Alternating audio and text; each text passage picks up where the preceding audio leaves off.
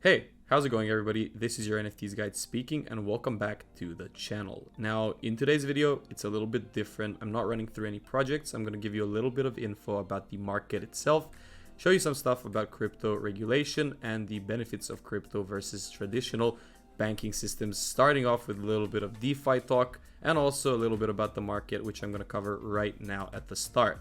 So if you do enjoy it, if you like my new sunglasses, and if you feel like you're gonna learn something from today's video, make sure to smash the like button, subscribe, drop a comment down below. Now let's get into it with Bitcoin's price action as first. What we can see is, let's run down the story a little bit actually. The US 500 has been on a tremendous up leg since the beginning of the pandemic, right? So that was back in March of 2020, prices were moving up, inflation was high, and right now what they started doing, and by they I mean central banks around the world, they started hiking interest rates. When interest rates are being hiked, it is logical and economically probable that the market will start moving down because it is a way to fight inflation, and that is what has been happening ever since. So the market is still moving down, hikes are still being at motion quite largely, and my target for the S&P 500 is down at the 3.2k level, so we could see a much larger down leg. Now there is a case that we actually have reached the bottom right here. It's a very improbable case because rate hikes are still happening, right? So the market cannot possibly be pricing in something else going on. But if we do see something like this form, it would mean the formation of a beautiful head and shoulders pattern. And if it's broken out towards the upside, well, we could move more up. But at the same time, why I don't believe that will happen is because we do have an even larger head and shoulders pattern that's been happening for several months right here, and this just looks like a little retracement correction towards the upside before we do make another leg down.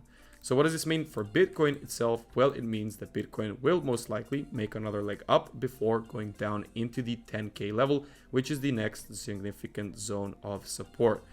So what can you do in this volatile market? Knowing that it will go a little bit up and then come down, are you going to be buying the bottom, trying to sell the top and doing all this stuff? No, that is not, well, I'm not a financial advisor anyways, but that is not what you should do. What you should do is wait for price to get better and better and start dollar cost averaging. So if you start DCAing, that is the most important and significant term in crypto investing as a whole. It basically means that as price moves more down, you accumulate more and more crypto. And one strategy that I'm going to teach you right now that, don't go around telling everyone, or you can if you want to, but it's a very important strategy, but it's so simple that you could have thought about it yourself as well. And that is wait until the Fed, right, the Federal Reserve, or the Central Bank of the United States of America, which is currently in an official recession, even though they're not trying to admit it. Wait for the Fed to start saying that they will stop hiking interest rates. Now they're going to say that, let's say 3 months from now, they're going to say, hey, we're going to stop hiking rates in November of 2023. Now you may think, okay, that's 12 months from now, so what am I going to do? Well, the moment that they actually bring that news out, even though they're going to be doing it 12 months from now, the market is going to start pricing it in, and that is when we're going to see the start of another potential bull run. Now the start doesn't mean that it's going to rocket up right away. There's going to be a consolidation area and all of this stuff, and then the bull run will start. But my strategy, which you're waiting for this whole time, is that once the Fed actually announces that they will stop hiking rates, that's the point where you should start accumulating Bitcoin.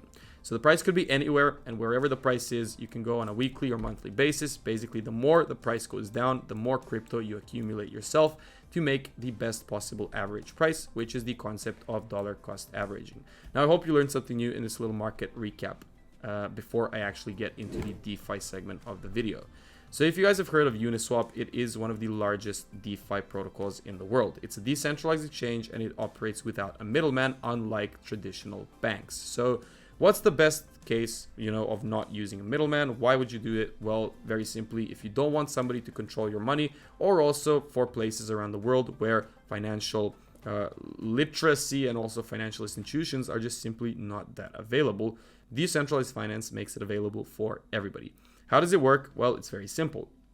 If somebody who wants to swap a token into another token, I connect my wallet and I can swap Ethereum to, for example, ApeCoin or something, anything.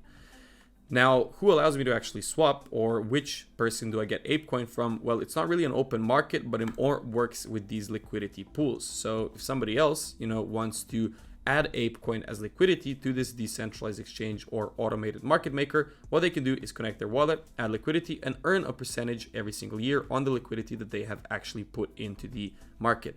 And from the liquidity that they put here, well, that's where the swapped ApeCoins are actually coming from. So that's how DeFi works in a nutshell for you guys. And obviously there is a lot of risks for both crypto trading and general banking systems out there when it comes to regulation, KYC, money laundering, and all of this stuff going on. But in general, the gist of everything and what I wanted to show you is that, first of all, Bitcoin was never hacked, right? Crypto itself was hacked a lot of times, and it did cause a lot of panic within investors. People don't really trust crypto that much, which you can see with this survey results right here. But in general, people don't trust crypto that much because it is not large enough yet.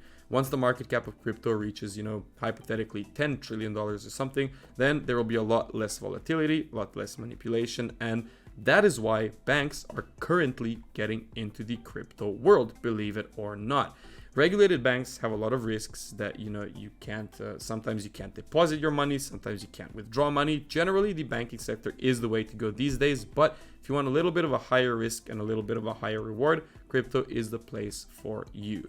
Now, lastly, I wanted to show you a few of the top 100 banks that are actually investing into cryptocurrencies. And, just to start a little discussion, if you guys want to talk about it down in the comments below, you can do so. And also, you can see a few of them actually repeating quite a few times. For example, this Talos platform is repeating 3 times with all Wells Fargo, BNY Mellon, and Citibank all investing into Talos with some type of allocation, right? So these are all huge banks in the world, and they have all invested in some type of crypto or another, which makes you think that, banks are not against crypto anymore. They're not trying to drive the price down. They're actually trying to invest into it because it is the logical thing to do. And maybe you should do the same thing. So that's it for today's video. Hope you guys enjoyed this little market recap. I talked to you about Bitcoin, talked a little bit about regulation. If you enjoyed it, make sure to smash a like, subscribe, and I will see you all in the next one.